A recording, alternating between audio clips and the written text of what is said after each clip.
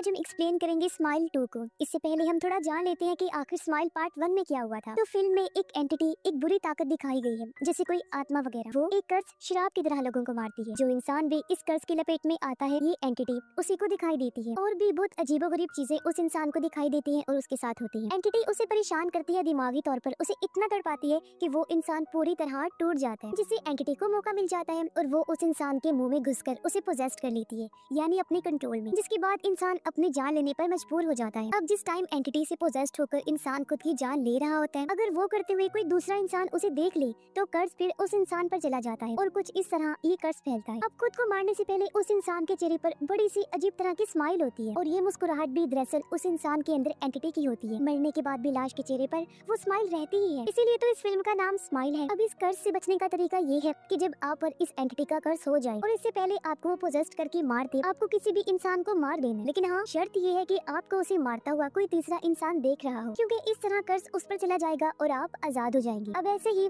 Smile 1 में एक आदमी ने अपना कर्ज एक दूसरे इंसान को ट्रांसफर कर दिया था। फिर एक डॉक्टर की मरीज को भी ये कर्ज हो गया और पोजेस्ट होकर उसने अपना ही गला काट लिया, जिससे फिर ये कर्ज डॉक्टर के पास चला गया, क्योंकि उसने अपनी मरीज को खुद की जान लेते हुए देख लिया था। डॉक्टर ने इस चीज से परेशान होकर सबसे मदद मांगी, पर ना तो किसी ने उसकी मदद की और कोई उसकी बातों पर यकीन भी नहीं कर रहा था, उसे पागल कह रहे थे सब। इसीलिए फिर डॉक्टर ने अपने एक पुरानी दोस्त से मदद मांगी जो एक डिटेक्टिव था। उसने जब छानबीन की तो उसे भी इस कर्ज के बारे में पता चल गया और ये भी कि कर्ज की लपेट में आए इंसान की एक हफ्ते में ही मौत हो जाती है। अब डॉक्टर कर्ज से छुटकारा पाने के लिए किसी की जान नहीं ले सकती थी, इसीलिए उसने खुद को एक घर में बंद कर लिया, क्योंकि जब उसके पास कोई होगा ही नहीं तो ना तो एंटिटी किसी को अपना शिकार बनाएगी और ना ही डॉक्टर को पोजेस्ट करेगी। और एक गड़बड़ हो गई, उसका डिटेक्टिव दोस्त उसे ढूंढता हुआ यहाँ आ गया, जिससे एंटिटी को मौका मिल गया। उसने डॉक्टर को पोजेस्ट कर लिया, जिससे उसके चेहरे पर भी अजीब सी स्माइल आई और उसने अपना गला ही काट लिया। ये चीज डिटेक्टिव ने देख ली, जिससे जाहिर है अब कर्ज उसके पास चला गया था। अब स्माइल पार्ट 2 फिल्म की शुरुआत इसी डिटेक्टिव को दिखाने से होती है, जो कर्ज किसी और के पास ट्रांसफर करना चाहता था। ऐसा करने के लिए उसके पास टाइम भी कम था, क्योंकि कर्ज लिए उसे 6 दिन हो गए, यानी अब उसके पास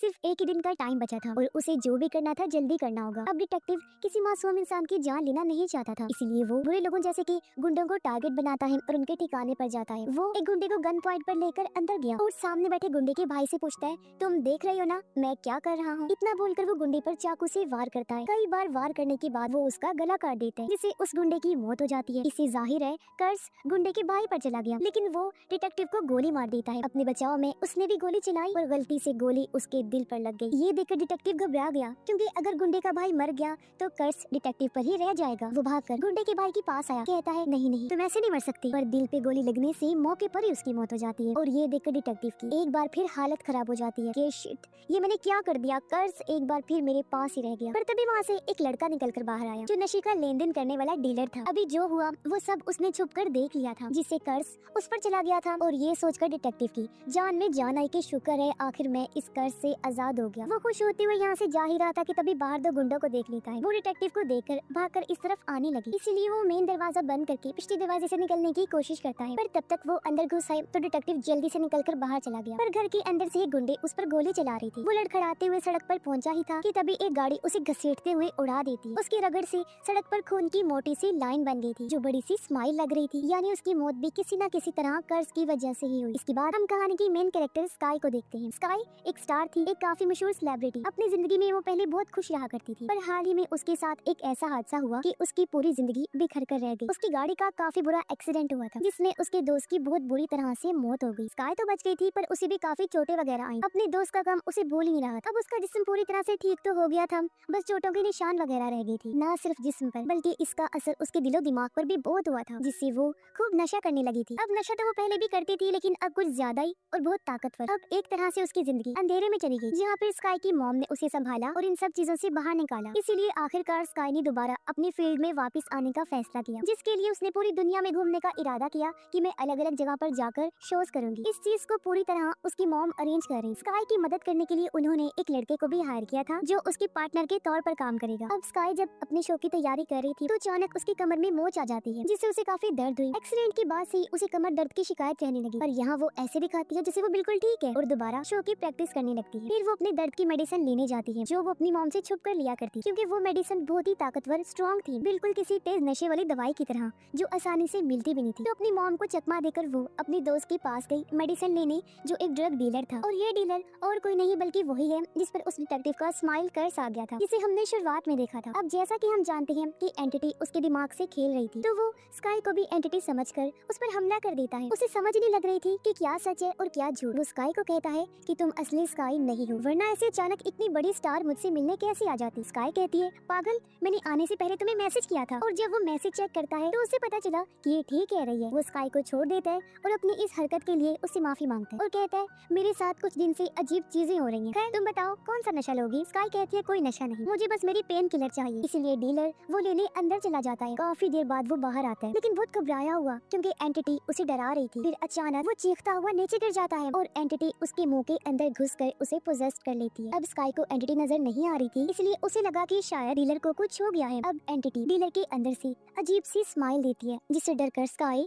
पीछे हट जाती है। अब डीलर इस डरावनी स्माइल के साथ ही उठ खड़ा हुआ और अपने सर पर जिम वाली प्लेट मारने लगता है, वो भी जोर जोर से, और तब तक मारता रहता है जब तक उसके चेहरे की हड्डियां टूट फूट नहीं जाती। और इस तरह एंटिटी डीलर को खत्म कर देती है और स्काई के देखने की वजह से वो अब उसके दिमाग में घुस जाती है, यानी उसे कर्स कर देती है। अब क्योंकि पूरे जिस्म को दिमाग कंट्रोल करता है, तो सबसे पहले एंटिटी दिमाग को कंट्रोल करती है, जिसके बाद बाकी जिस्म को भी कंट्रोल में करने के बाद उस इंसान को मार देती है। और कुछ इस तरह ये काम करता है। ये सब देखकर स्काई की तबीयत खराब हो गई थी, उसे उल्टी हो जाती है। वो पुलिस के नंबर पर कॉल करने लगी, पर टेबल पर रखा नशा देखकर रुक गई। वो सोचती है, ऐसे तो मैं ही फंस जाऊँ। पुलिस मुझसे ही सवाल करेगी कि तुम एक नशा बेचने वाले के घर क्या कर रही हो, ये तो वो। इसीलिए वो चुपचाप इस जगह से निकल जाती है। घर आकर उसने खुद को शांत किया और सो गई। पर अचानक एक आवाज से उसकी आंख खुल गई। उसने जब सामने देखा तो अंधेरे में वो डीलर को खड़ा हुआ देखती है, उसे टूटे हुए चेहरे के साथ। वो घबरा गई। उसने जैसे लाइट ऑन की, डीलर वहाँ से गायब, जिससे वो और डर जाती है और पूरी रात ठीक तरह से सो भी नहीं पाती। और यही उस एंटिटी का पहला काम होता है कि वो शिकार बनाए इंसान की सबसे पहले नींद को डिस्टर्ब करती। अगले दिन स्काई जब शो के लिए तैयार हो रही थी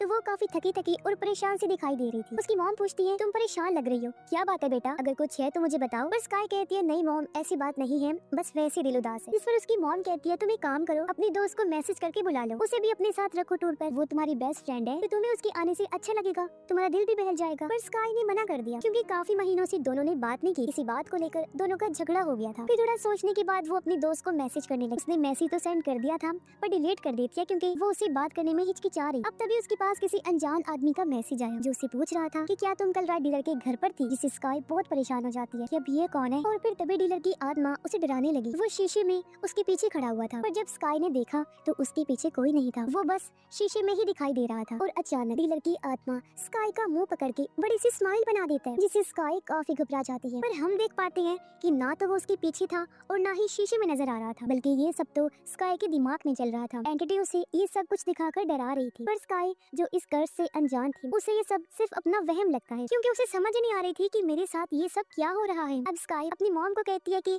मेरे इस ड्रेस में एक मसला है, लाइट मारने पर मेरे पेट पर बना निशान नजर आ रहा है जो कि बहुत बुरा लग रहा है। इस पर उसका पार्टनर कहता है, कम ऑन स्काई, ये ड्रेस तुम पर इतना प्यारा लग रहा है ना यार, और निशान तो जैसे टैटू लग रहा है, इतना और ना करो इस पर। उसकी मॉम ने भी यही कहा कि बेटा निशान से क्या होता है, पर स्काई कहती है, फिर भी मुझे ये ड्रेस नहीं पहनना, या तो इसे ठीक करवाओ वरना नया ड्रेस बनवा के दो मुझे। अगले दिन स्काई के बहुत सारे फैंस उससे मिलने आते हैं, जिन्हें वो ऑटोग्राफ साइन करके देती है और तस्वीरें बना। सब कुछ ठीक ही चल रहा था, पर तभी एक पागल सा फैन वहाँ पर आया जो अपनी टी शर्ट पर ऑटोग्राफ लेता है, और जब वो स्काई के साथ तस्वीरें बनवा रहा था तो उसे अजीबोगरीब बातें करने लगा, जैसे कि तुम्हारा चेहरा बहुत प्यारा है और मैं तुमसे बहुत प्यार करता हूँ। वो उसके साथ अजीब हरकतें करने लगा, इसलिए स्काई उसे दूर कर देती है और गार्ड्स उसे वहाँ से ले जाते हैं। अब इस पागल फैन की हरकतें एंटिटी जैसी थी, पर ये असली का आदमी था क्योंकि सभी को दिखाई दे रहा था, बस वो स्काई का दीवाना था। अब एक बच्ची फैन आती है स्काई के पास, वो कुछ बोलती नहीं, बस अजीब तरह से स्माइल करके उसे देखती रहती है। वो अपनी शर्ट पर ऑटोग्राफ लेती है और चुपचाप स्काई के साथ तस्वीर बनवा कर वहाँ से जाने लगती है, पर जाते जाते भी वो बड़ी अजीब सी स्माइल करके स्काई को देख रही थी। अब बच्ची का चेहरा नॉर्मल था और ऐसी अजीब चीज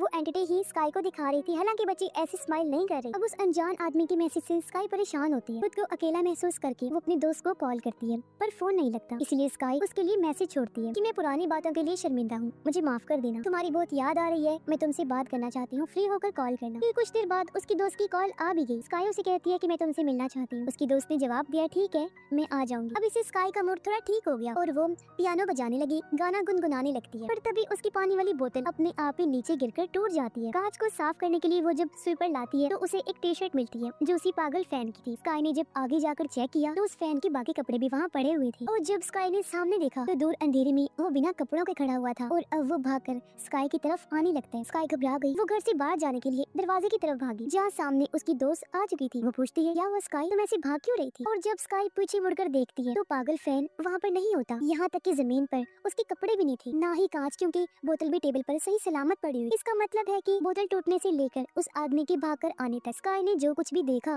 वो सब उसकी हेलोसिनेशंस थी, उसके दिमाग में चल रहा था। मतलब जो चीज सच में हुई भी नहीं थी वो उसे नजर आ रही थी। उसकी दोस्त कहती है तुम कुछ परेशान लग रही हो, क्या बात है, क्या चल रहा है? स्काई कहती है पता नहीं यार, मेरे साथ क्या हो रहा है, अजीबोगरीब चीजें नजर आती हैं मुझे। फिर वो उसे डीलर की मौत के बारे में बता कि जब से मैंने उसे मरता हुआ देखा तभी से मेरे साथ ये सब उल्टा सीधा हो रहा है। ऐसी अजीबोगरीब चीजें मुझे दिखाई देती हैं, इससे मैं सो भी नहीं पाती, बहुत डिस्टर्ब होती हूँ, हेलुसिनेशंस होती हैं और बुरे बुरे सपने आते हैं। ये सुन उसकी दोस्त कहती है ठीक है, आज रात मैं तुम्हारे पास ही रुकूंगी। और जब दोनों सोती हैं तो स्काई को फिर से रात में बुरा सपना आता है, जिसमें वो अपने एक्सीडेंट के बाद का सीन देखती, जहाँ गाड़ी उल्टी पड़ी थी, साथ में उसके दोस्त की लाश थी, वो भी बहुत बुरी हालत में, क्योंकि वो कटी फटी थी और दांत भी टूट गई थी और वो जोर जोर से रो रही थी। स्काई की आंख तो कब से खुल चुकी थी और अब जब वो अपने साथ में अपनी दोस्त को सोता हुआ देखती है तो अचानक उसकी दोस्त भी जाग गई, जो अजीब तरह से स्माइल करके उसे देखने लगती है। पर अगले पल जैसे उसने स्काई को ढाया, स्काई की आंख खुल जाती है। उसने देखा कि ये भी मेरा सपना ही था। अब सुबह हो चुकी थी। स्काई अपनी दोस्त को कहती है कि मेरे साथ शो पर चलो, पर उसकी दोस्त ने मना कर दिया। वो कहती है कि मुझे मेरे किसी और दोस्त के पास जाना है। तभी उसकी मॉम आ जाती है। वो स्काई पर गुस्सा करने लगी कि अभी तक तुम यहाँ पर क्या कर रही हो, सारे लोग तुम्हारा इंतजार कर रहे हैं। तब स्काई भी फौरन वहाँ से चली जाती है। अब यह अजीब सी नोट करने वाली बात ये है कि उसकी मॉम ने स्काई की दोस्त को पूरी तरह नजरअंदाज कर दिया, उसका हाल चाल तक नहीं पूछा। हालांकि वही तो स्काई को जोर दे रही थी कि अपनी दोस्त को बुला लो। अब ऐसा उन्होंने क्यों किया था,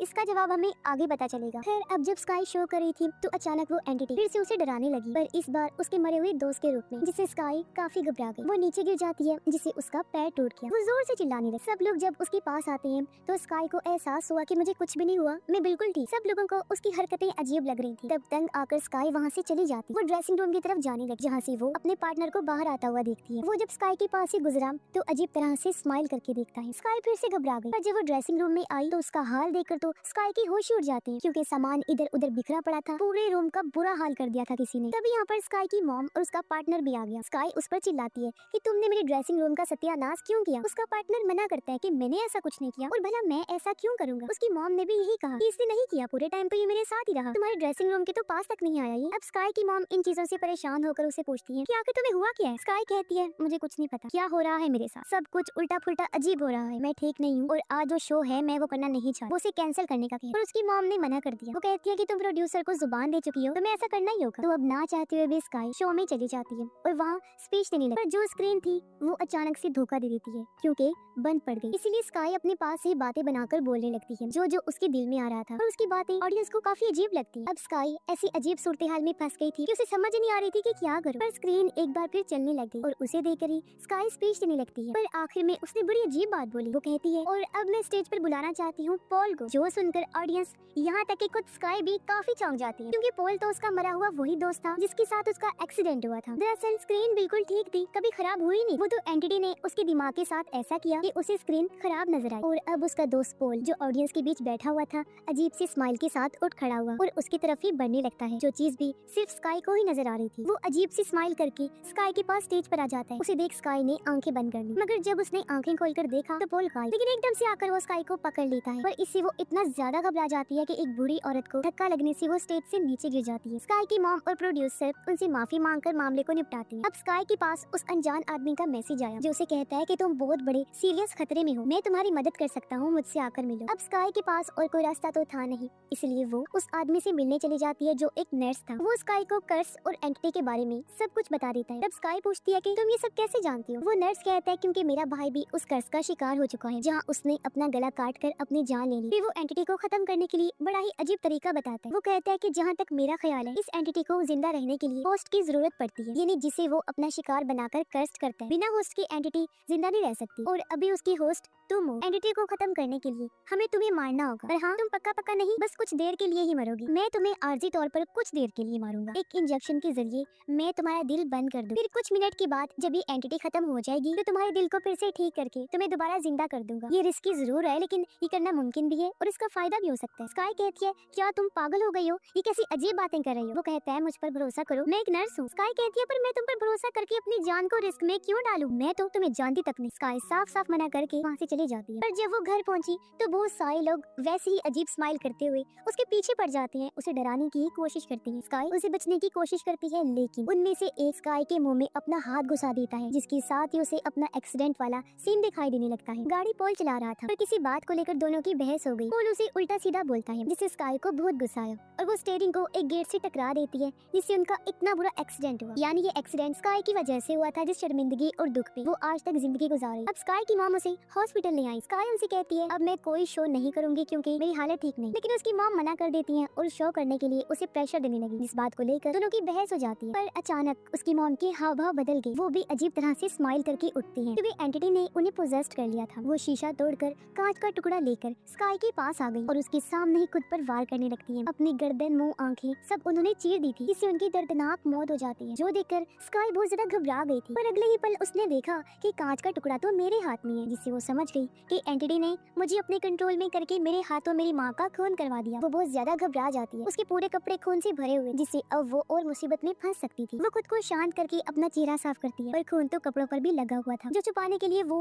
हुडी पहन लेती है, पर हुडी से भी खून नजर आ रहा था। लेकिन घबराहट में वो ऐसे ही बाहर चली गई यहाँ से भागने के लिए, पर स्काई को उसका पार्टनर देख चुका था। वो चिल्लाने लगा, शोर मचा देते हैं जिससे सभी का ध्यान स्काई की तरफ जाने लगता है। उसे कुछ लोग पकड़ने आए। अब खुद को फंसता हुआ देखकर स्काई चालाकी से गार्ड से गन छीनती है, फिर हवा में शूट करके वहाँ से भाग जाती है। बाहर स्काई को उसकी दोस्त मिल गई जो पूछती है ये तुम्हारे कपड़ों पर खून कैसे लगा। स्काई कहती है अभी मेरे पास ये समझाने का टाइम नहीं है। फिर वो गन पॉइंट पर एक आदमी से उसकी गाड़ी छीन ली। स्काई की दोस्त कहती है मैं भी तुम्हारे साथ चलूंगी, गाड़ी मैं चलाऊंगी क्योंकि तुम अभी इस हालत में नहीं हो। दोनों गाड़ी में बैठी और वहाँ से निकल जाती। पर तभी स्काई के पास उसकी दोस्त का ही कॉल आता है, जो देख वो काफी चौंक गई क्योंकि उसकी दोस्त तो साथ ही बैठी है और गाड़ी चला रही है। पर स्काई को समझ आता है कि अब जाकर मेरी दोस्त ने मुझे कॉल की है, यानी जब स्काई ने उसे मैसेज छोड़ा था तो फौरन उसकी कॉल नहीं आई थी, बल्कि आज उसने कॉल की, जिसका मतलब है कि उसकी दोस्त स्काई के घर पर भी नहीं आई। इसीलिए तो उसकी मॉम ने उसे नजरअंदाज कर दिया था क्योंकि वो उन्हें भी दिखाई नहीं दे रही। बस वो सब स्काई को ही नजर आ रहा था, उसके दिमाग में चल रहा था। और अब उसे एहसास होता है कि मेरे साथ कार में भी कोई नहीं बैठा हुआ बल्कि वो खुद ही कार चला रही है। अब किसी तरह गिरते पड़ते वो नर्स के पास गई और कहती है मैं तैयार हूँ उसके लिए, प्लीज मेरी मदद करो। इसीलिए नर्स स्काई को ले जाकर फ्रीजर रूम में लिटा देता है ताकि उसका दिमाग मुर्दा ना हो। वो कहता है जब तुम्हारे जिस्म का टेम्परेचर बिल्कुल गिर जाएगा तो मैं आकर तुम्हें वो इंजेक्शन लगा दूंगा जिससे 30 सेकंड्स में ही तुम्हारा दिल बंद हो जाएगा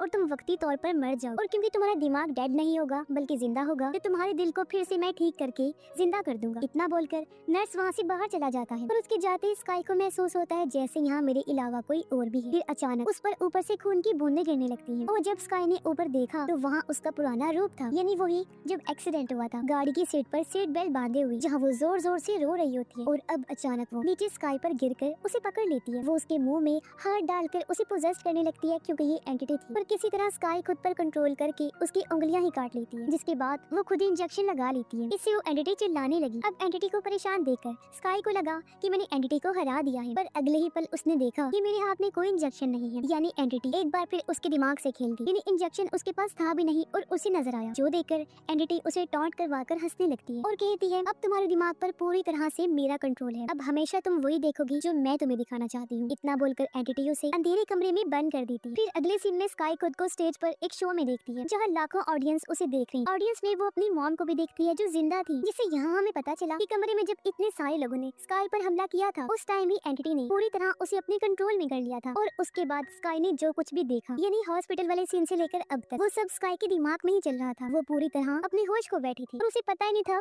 कि वो क्या कर रही है, क्योंकि अगर उसे होश होता तो वो ये वाला ड्रेस पहनकर स्टेज पर आती जो ड्रेस पहले पहनने से वो इनकार कर रही। और अब स्काई को अपने सामने अपनी कॉपी दिखाई देती है जो और कोई नहीं बल्कि वही एंटिटी थी। और अब वो एंटिटी स्काई की कॉपी का पेट चीर कर बाहर आती है, जो एक बहुत बड़ा अजीब सा क्रिएचर था जिसकी जिल्द नहीं थी। वो बहुत गंदा सा लग रहा था। वो स्काई के फेस को चीर कर उसे पोजेस्ट कर लेता है और उसके अंदर समा जाता है। और अब पोजेस्ट हुई स्काई लाखों ऑडियंस के सामने माइक को अपनी आंख में घुसा कर अपनी जान ले लेती है। और अब क्योंकि लाखों लोगों ने उसे पोजेस्ट हालत में मरते हुए देखा था तो इसका मतलब कि अब ये सारे लोग भी कर्स्ड हो गए हैं, जिसका मतलब साफ था कि अब भी कर्स किसी वायरस की तरह फैलेगा जो बहुत भयानक चीज होगी। और इसी भयानक एंडिंग के साथ ही ये फिल्म इधर ही